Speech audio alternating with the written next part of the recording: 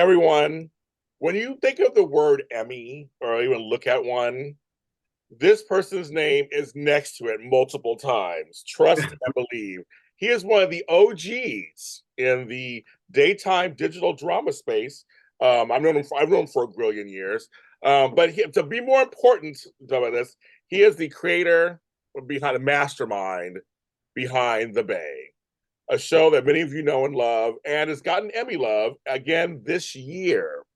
It's gotten Emmy love for drama, writing, directing, and 2 supporting acting nods. So we're very happy about that. So if I get a chance to talk to him on camera, even though he throws a great party, it's my friend, Gregori J Martin. Hello, James. Thank you so much. What an awesome introduction. I appreciate you so much. And yes, my dear friend who I've known for, I don't even know how long now. So. It's at least a decade. Well, I was looking back at The Bay. It's been around since 2010.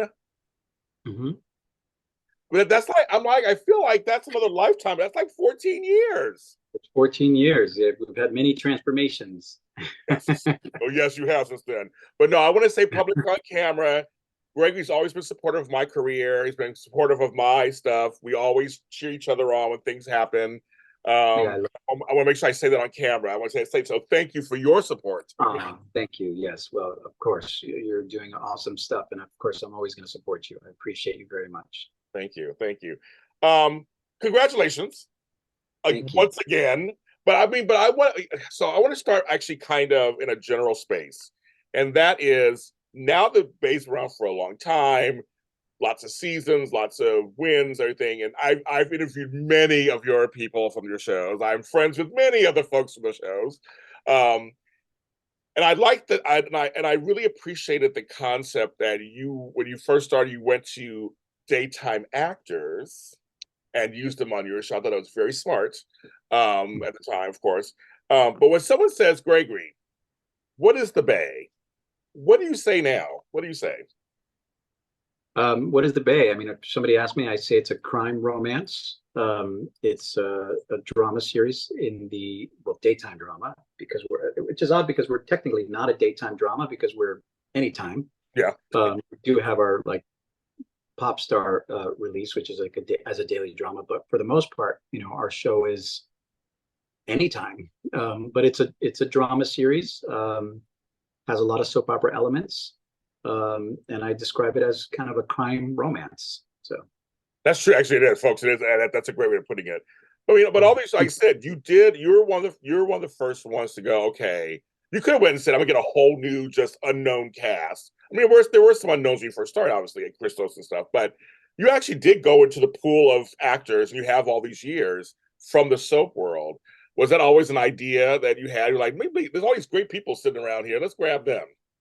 Oh yeah, totally. I mean, even with before I was doing The Bay, before I did The Bay, I was doing a bunch of kind of like B horror films, and I would often cast soap actors because I worked on soaps. I did, a show in New York, and then I did another one here in LA, and so I had a lot of friends in that space, and I also grew up watching soaps, so I know, it's funny because whenever I'm talking to my senior producer. Nadine Aronson, who worked on soaps many years. She worked on Loving, and then she did The City, and she did All My Children for a very long time, or anyone on the show. Like pretty much a lot of the people behind the scenes have worked in daytime. Mm-hmm. So we speak the same language because I grew up, not because I worked like that extensively behind the scenes on a soap opera, but because I grew up watching them. And so, we can mention a random actor in daytime, one of my favorites, Lisa Peluso, for instance, and we all know who we're talking about, So I forgot the question. I think I went off on something, but did I answer it? Okay, good. Okay. Well, that's the thing. It's like going to the pool of people because you grew up with them, you worked on them, and you said, and people you're working behind the scenes. We're talking. We're talking Ron Moss. We're talking, it's like Mary Beth Evans. We're talking about people who, Tristan Rogers, Lily Melgar. These are all my friends. Like, I know all of them. These are my friends in soaps. I've been in soaps for a billion years also as press. These are people, you're right, we know them. And I thought that's a great attraction, is that if you're that's a great marketing thing, Gregory. I thought compared to some of the other digital dramas, it's like going, well, let's go with actors, right? They're good actors, right? They're good. Well, yeah, and they're also some of the most beautiful people on planet Earth, so it helps, you know. So, well, that's very true. But also, I mean, because you guys are not, you don't work the same way as a soap opera, though. These guys, you film a certain way. They know how to take direction. They know how. I mean, soap actors are good at taking, quick, fast, and hurry. Right? I mean, they know that they know the pace. So I'm sure working with them has been wonderful. yeah, well, the interesting enough, we started very different. Like the way we used to shoot the show was very different from a daytime soap because I took my experience as an independent filmmaker and I kind of shot it that way. But as time went on, we did start to shoot more like a soap opera. We do three cameras, and we shoot a lot in the studio, and it's still very different in the aspects of like I try to make it look a little more cinematic, but it is very similar to a soap. Like we do shoot like an episode a day. Okay. So where originally we would shoot 6 pages in a day. Now we shoot 20 pages in a day, which is for soaps, it would be more like 40 pages because the spacing of the way we format our script is more like the way a 40 page, it would be 40 pages in daytime and 20 pages in prime time. So because of the way the formatting is. So we do shoot about 20 pages a day. So, and we do multi-camera and we try to do, I know that in daytime now they're only doing, 1 or 2 takes max. Well, I try to do 4 just so that I have that, but sometimes we get stuck with 2, so we are moving a lot faster, with the 3 cameras going at all times, like a daytime soap. And we shoot a lot in the studio, but we also, I take the show on location and we, just to kind of keep it feeling, hip and young and stuff, so. Well, yeah. One thing, like I said, if you go back to the beginning, because they were called first, the shows were called webisodes and web series, all those names, and then I mean the digital thing came later. I mean that's a little fancier. But you remember back in the day, it was just like these were called webisodes or web series, or YouTube series or whatever. It's like they were like they weren't they weren't taking it as fancy. But I think between you guys and a few others, we started seeing these are really well produced, well acted, great story dramas. Yeah, it's great. It's so great. And then now with the liberties of like streaming where we can kind of self-distribute in so many ways, it's helped so many creatives and filmmakers out there just kind of create their own content. And it's like I said this recently in another interview, but I come from the school of John Carpenter, which is just do it, and that's kind of what he did with Halloween. Halloween became a cult classic and turned into this massive franchise, but it was an independent film, and he just that's his mentality. That's what I understand to be his mentality. It's just do it, get it done. And now there's so many ways. There's almost like no excuse for anyone because you could even use your cell phone like we're doing right now, like I'm doing right now, to do an interview. But you can use your cell phone to create a movie because it's 4K. So there's so many, or 6K. So there's so many benefits now that we have that we didn't have 5, 10, 15, 20 years ago. I know we've seen it. We really have seen it grow and change because like I said, back in the day it was a little different. But I always want to ask you this though: how does one go from horror films to a daytime drama? Like because you were doing independent. I love B movie and C movie, or I love horror films. So, I love them.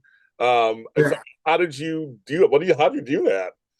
Well, I've loved both growing up. Like I was a big soap opera fan. I grew up on Santa Barbara and Another World and General Hospital and so and Dynasty for primetime, Melrose Place. I loved. There was I grew up watching primetime and daytime soaps, and I also grew up on Stephen King and Wes Craven and all the horrors. So when I created The Bay, I kind of merged the two, but. I've always had the interest of the horror. And so that's kind of the direction I went into when I became a filmmaker. I was like, oh, let's shoot horror movies. We know that they sell. And then that was just kind of my arena. But I would cast soap actors in those I've worked with so many Tyler Christopher, bless his soul. I know. What a loss. Yes. Yeah, but so many actors from daytime. Tristan Rogers did lots of them. Greg Vaughn. Yeah. Goodness, I can't even. Nadia Bjorlin. Nadia. Matt Berlangi. So many people in the daytime arena. Sean Kanan. And then but because I did work on soaps and I love the genre, that's when I created The Bay, and I was like, you know what, I can maybe somehow merge these two. If I'm going to do a web series, it's got to have like supernatural or dark elements, which I do have on The Bay. You do. Sometimes I'm like, binging The Bay myself, and I'm looking at an old scene. I'm like, oh man, that was pretty creepy. Like, oh no, yeah, no, yeah. No, Gregori, there's a couple of seasons it got really dark. Remember, you had a couple seasons. And then I was like, okay, I got to pull back. Maybe I'm going too far into my horror, interest. There was the whole. It was so the supernatural twin thing. Also, there's a lot. There's some stuff that you had to like. There's the horror influence. It's right there. Yes. It's right there. Wait, you never thought about doing an actual horror series? That's something I guess could be done. I mean, well, I just did a movie, The Raven. It's Edgar Allan Poe's The Raven. Okay. With Christos and my producing partner Precious and Mike Manning, and several other folks. But it's basically Edgar Allan Poe's The Raven that could easily turn into an anthology series. So I have the thoughts of potentially like doing like an anthology horror series, but so we'll see what happens. We'll see how well The Raven does. Yeah. So. See, I'm already thinking. I'm like you. I'm an ideas man. I think of things. I'm always thinking of things. But I was like, you can always do that too. That's right. That's very cool. But no, a couple of folks, a couple of seasons, they're like, they went a little dark. But they came out. You guys, they do come out of it. I mean, there's some stuff there. There is a crime element, so that's the whole, whole thing. Yes. I do also try to keep it rooted in like truth or things that can actually really happen. Obviously, we have lots of ghosts, but I believe in ghosts. But I try not to go too far where it's like, it's not somebody like raising from a bed possessed, but I try to keep it a little rooted in like things that could actually really happen when I go down my horror route, but it's I do love it, so it's implemented throughout. So like you said, now we're at a point where and folks, you see the Emmys behind them, they're right behind them, folks. I love it. Hi Emmys, hi you guys. I guess we keep them, they're right there. No, but my thing is, we have seen it change so much, and now, and this year especially, they've added Neighbors, which is now first time, and international stuff is involved. You guys are now, like I said, 2 acting noms. A Martinez, Emmy winner A Martinez, he's the bomb, and Mike Manning, Emmy winner Mike Manning. But they're both, but they're actually now up against the 4 soaps, and one down, and Neighbors too. They have an acting nomination. How are you feeling about that? And now that we're starting to expand the horizons of I thought it was going to be a very hard thing to break into. I knew last year we submitted our talent and we didn't get any nominations, which was a shock because we obviously did in the digital categories. Right. So I thought it was going to be it was going to be a little more difficult, and not that it wasn't. Obviously, it was. I mean, the judges decided, but it was very kind of relieving to see that we broke that barrier because I feel sincerely, I know how hard my actors work, and I believe everyone we submitted deserved the nomination, and so we were very fortunate to have those nominations for A and Mike, who definitely deserved it. So it was. I feel very good about it, and I'm very grateful for the judges who selected them, and I'm excited. I'm excited for what's to come, and we'll keep doing it and see who else gets that recognition. Yeah, I want to shout out to A Martinez, who I know, and he's a very soulful guy. And I always tell people, when you talk to him, he talks right to you. I mean, and he's and I was a Santa Barbara fan, so when I finally I met him years ago for the first time, and I remember going, "It's Cruz." No, I mean, he's been on other things, obviously, there, but that was a huge Santa Barbara person. So I just thought, I thought he's an actor of caliber. Like, what I mean? Like, he's an actor, and he carries himself that way also. Yeah, and zero ego, and so much class, and such a pro. And I was a massive fan too. Obviously, I was a big Santa Barbara, so I loved Cruz. And And I remember like when we first got him on the show, it was kind of like, oh my God, I'm working with Cruz Castillo. This is crazy, you know? And now he's a series regular on the show, and I've been, you know, very fortunate to be working with him all these years. And I think he's just, you know, he just brings so much to the show. You know, I love working with him. I love him. And I can't wait to see. We're about to go shoot some more episodes, and he's got some great content coming up. I'm always excited to see him in his role. So, well, the thing also I'm going to mention for you, and I think it's very important for many of us, you have a very diverse cast. yeah. And your cat, and not just for diversity's sake, they actually have storylines. Oh yeah. I'm mentioning A. Martinez, the first and only, folks, Latino American male that has won lead actor in a drama series on a daytime Emmy. Well, he's the only one. Really? I didn't realize that. That's amazing. Yeah, Wow. there's only four guys who think of one of color have won the lead actor anyway, and he's the only Latino for Cruz Castillo. Wow. So Well, I guess there's Maurice Bernard, right? oh yeah, okay. Then Maurice the second one. Then you have James Reynolds and Darnell Williams and Alfred. So there's only like five of you know 50 years of this or 55 years of this. Oh, wow. So A. Martinez was the first. Here's the first. Oh wow, that's amazing. Yeah, because Maurice won it later. The free one is first one later. That's right. It's because because Santa Barbara was on first. Yeah. So. Yeah. Oh wow, that's great. That's great to know. Wow. Yes, but the thing is, why I'm bringing that up is that you actually have. It seems like it's just a part of your show. You find people, you put them on your show, and you give them storyline. There's been a lot of criticism, even by myself, by me, how the other subs don't integrate as much as you do. Was that always just? I mean, I know you're a person of color too, like I am. We're both mixed race, but people of color. I just want to know how was that always a thought? Was just always like actor first, storyline next? I mean, how was it for you? Yeah, I mean, I remember this was an interesting thing because this was back when I was doing my films. You know who Cherry Johnson is? That name sounds very familiar. Actually. Johnson was she was on Family Matters. She was in oh yes, I know who she is. Punky Brewster, you know, Punky Yes. Brewster, but she's a dear friend of mine, and I put her in a bunch of my movies. And I remember one day I was like casting, and she was helping me produce something, and she's like, I love that you don't see color. And I was like, what? And she's like, when you're casting, you have all these interracial relationships Yeah. everywhere. And I was like, and at that moment it hit me. I was like, oh my God, I guess I do. You know, so it was, but it was never a thought. It's what life is. So it wouldn't make sense that, you know, you would have a all white town or all, you know, it doesn't make sense, you know. So for me, it's about the casting. It's like it makes, you know, I think every one of my Garretts are my main Irish American family, but they're all married to, you know, Yes. different races, and it was an accident. It was just kind of the way I saw it. I just went for what I found to be a good combination, you know.